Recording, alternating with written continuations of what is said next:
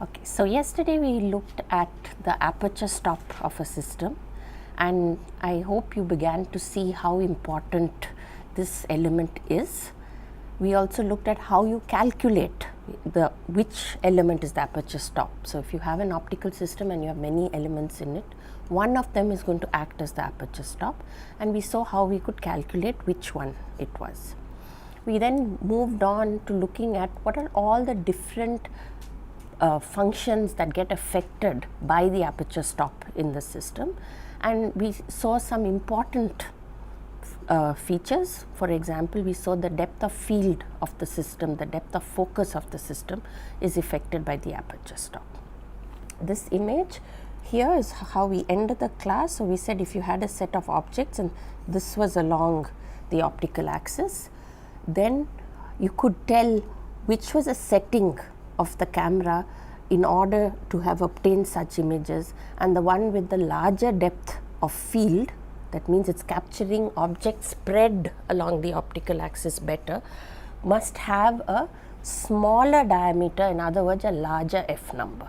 So if you were to ask whether this was a f/2 system or a f/16 system, the upper image clearly must have been taken with the f/16, the larger f number image. And that also we understood implies that the exposure time would have to be longer, because f/16 is a slower lens than an f/2 lens. Okay. So I want to give you an exercise to do today. So you've been given a sheet with this picture, and we need to trace two rays through the system. So I want you to trace through two rays through the system, the chief ray and the marginal ray. Okay. So take a look and see how you would trace these rays through the system. Now, to trace the ray, clearly you must understand it isn't necessarily going to be that you can trace one ray starting from the object and then trace it all the way to the end. The ray bends as it travels through the system. So there are different, it has a different slope in every section of the system. It may be that you have to trace the end of the ray before the start of the ray. Okay. This is just an exercise to see if you have understood the concept of the aperture stop, the pupils, as well as the chief ray and the marginal ray. Okay. Now, what is it that you do know about the chief ray? What can you say about the chief ray? It should arrive at the extreme point of the image appearing to come from which point? The exit pupil, right? It is going to appear to come from the center of the exit pupil, right? So I can draw then this. So here's the center of the exit pupil, right? Obviously the ray is not really coming from there, but if it were, and this is really putting my skills as a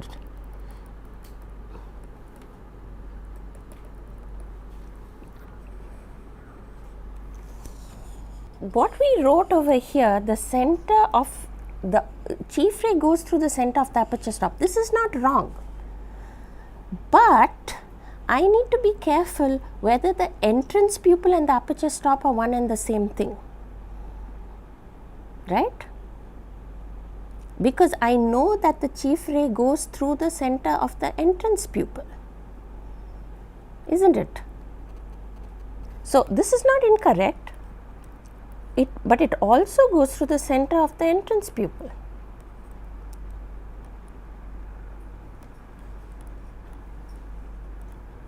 The system has three lenses and an aperture stop. So the aperture stop lies between this lens and this lens.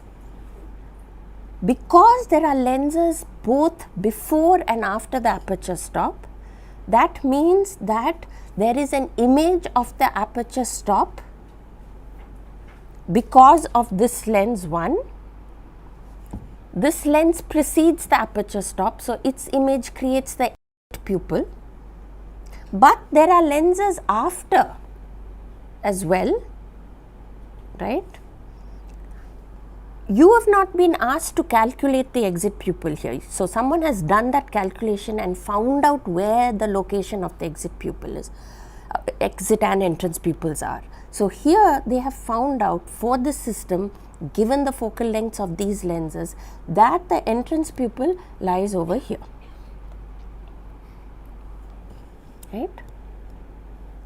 So, my first ray actually has to be drawn going through the center of the entrance pupil, right. So, I actually need to draw a ray that's doing this, okay. This is supposed to be a straight line, right. So, the first ray I draw is the ray that goes through the entrance pupil. That's why it's called the entrance pupil. That's the first ray. I draw it as if it's going up to the entrance pupil, but of course at the very first element with power I have to stop because the ray is going to bend then. At this point I don't know how it bends, I only know that it bends, okay. What I did next was to say, how does the ray exit the system? Well, it's the chief ray, we are plotting the chief ray, so this red color is chief ray, okay. I know that it must reach the extremity of the image plane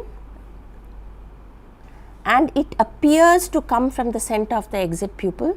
So, that is what we have drawn here. Again, we have only drawn the ray from the last lens to this point, because before this lens it of course would have bent and arrived here.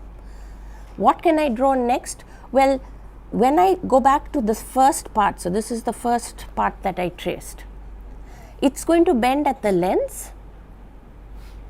What's the next element it happens to go through? It happens to be seeing the aperture stop next. Now we know the chief ray has to go through the center of the aperture stop. So, this is the center of the aperture stop. So, I am going to draw this, right.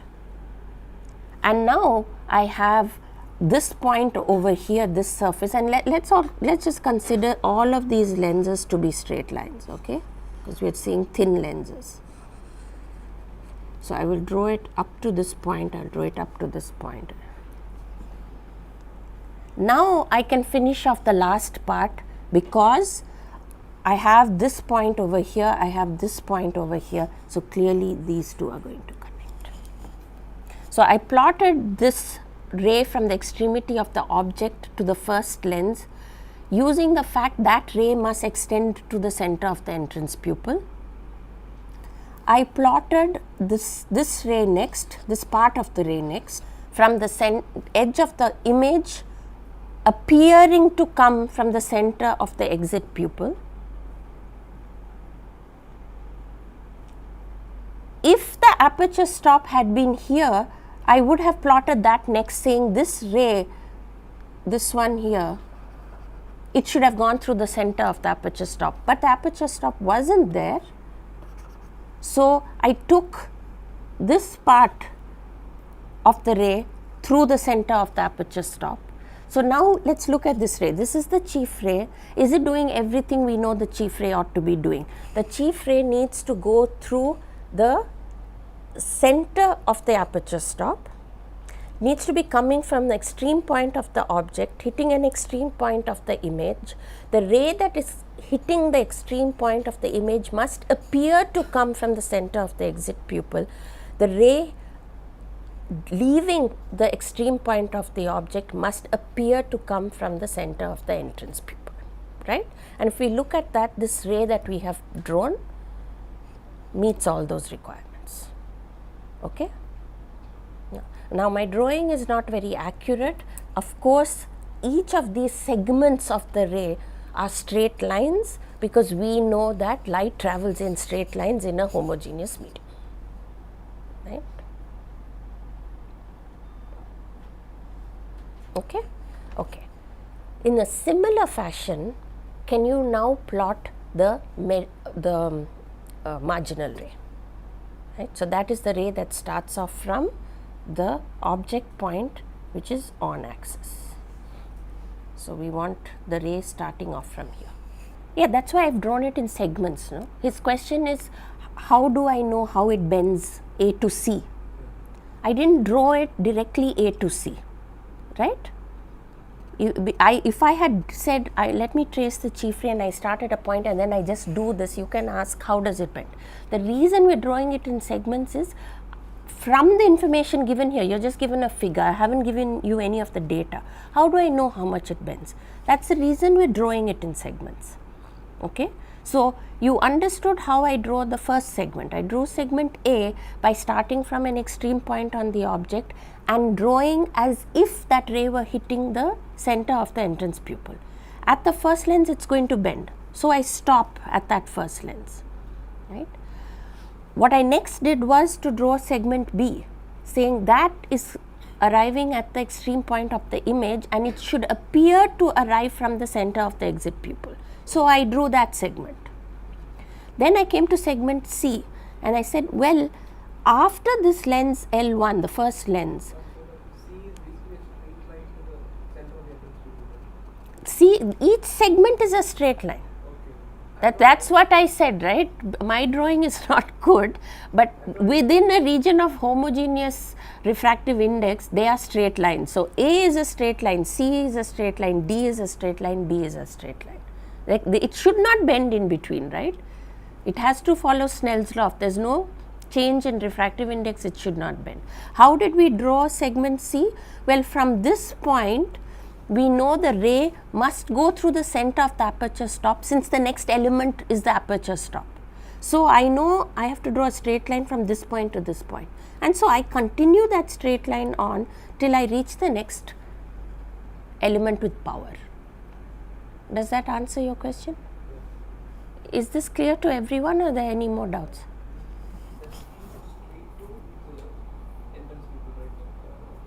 How can it go straight to the entrance pupil? Does it not have to bend? So his question is, does it go straight?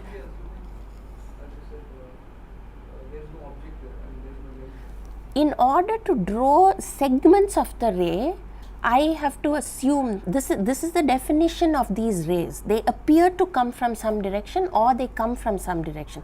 But I cannot ignore the fact there are elements with power.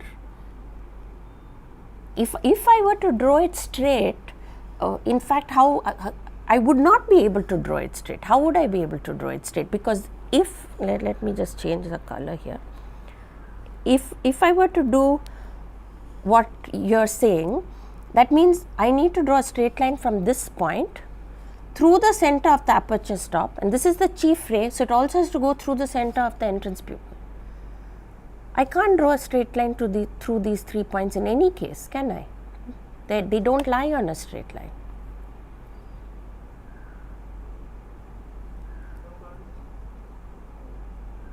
So I think the confusion you're having is you're thinking, when we gave our definition of the chief ray, we said this is a ray that will either travel through the center of the aperture stop or appear to travel through the center of the entrance pupil and the exit pupil.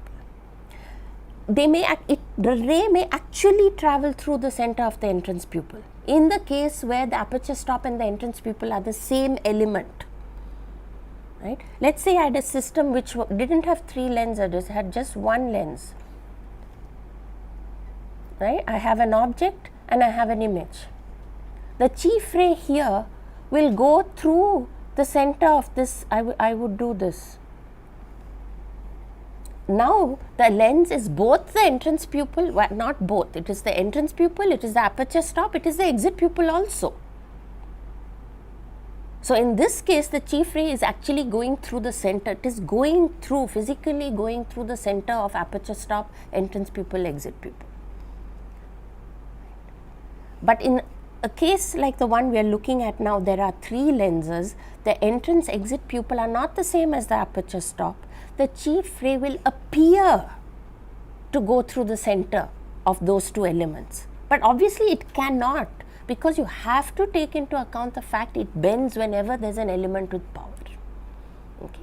That's the reason why I draw this ray in segments, because I know the first segment what it ought to be doing, and I draw a straight line from the extreme point of the object to the center of the entrance pupil, but I have to stop the moment it hits an element with power. I say this is the direction this ray would take, but there is an element of power here, so at this point it is going to change direction. Now I want you to carry out exactly the same exercise, but for the marginal ray. Can we trace this part, section D, using some part of our definition? And we can't. This ray happens to lie in a zone where there is no way to use the definition to help us trace it. So this is not the way you would actually trace a chief ray through an optical system, because you could then argue, what happens if I have 20 elements or 30 elements? It's going to become very complicated. You can always trace out the first part, because if you know where the entrance pupil lies, you will say here's the starting point on the object, here's the entrance pupil, and I know the direction it should go. But this would be a very cumbersome way of actually tracing a chief ray through the system. So this is not how people trace rays through the system. The way we trace rays through the system are using the methods I talked about in yesterday's class, which are the YNU method or the YUI method, or the matrix method, which we will start either in today's class or in the next class. Those are the ways you actually calculate and trace a ray through the system. This exercise is just for you to get clear on these definitions, right? It's for you to get clear on the definitions of chief ray, axial ray, as well as entrance exit pupil and aperture stop. That's the purpose of this exercise. Okay, so I want you to carry out the same exercise now, but for the axial ray.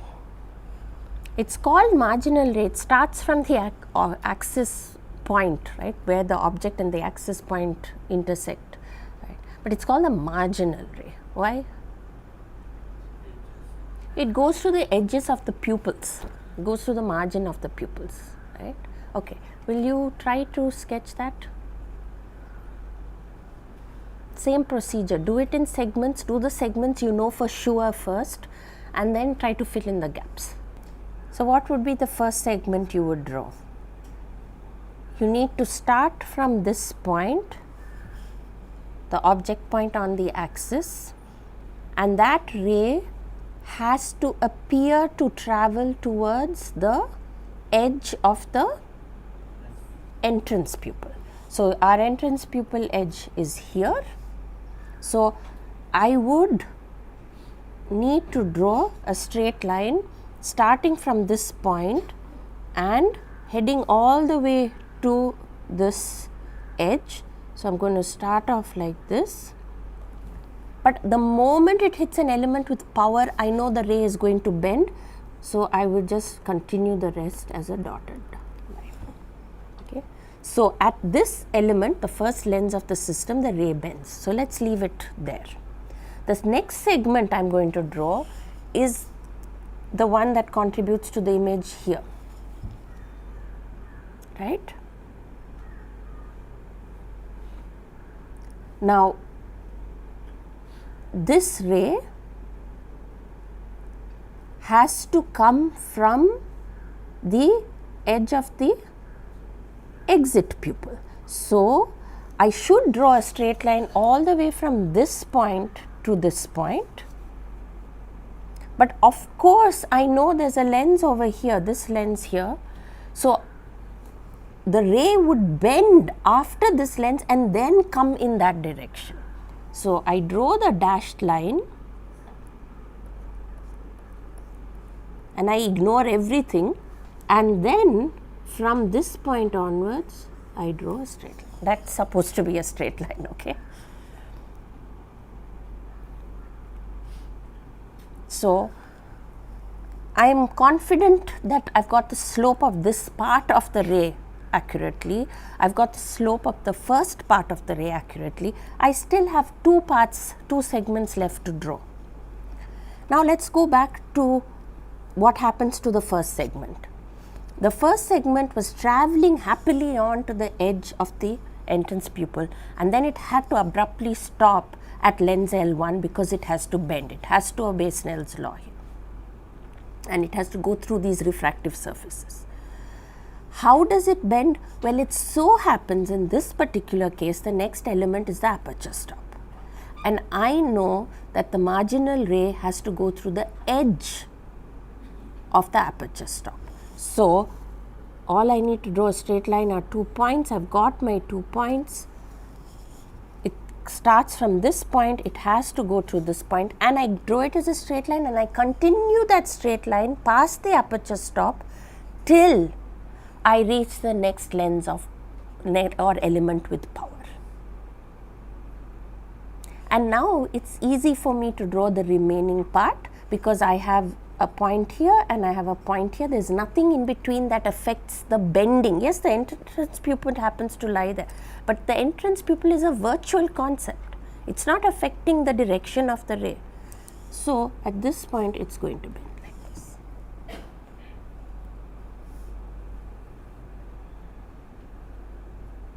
And luckily, because my drawing skills are not good, you can see you had a concave lens there, and it's nice to kind of see that the ray didn't converge as you normally draw when we draw a standard convex lens. It actually diverges, and you're not surprised by that behavior because you do see a concave lens over there.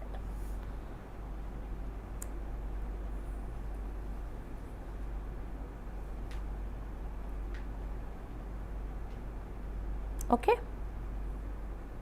Okay.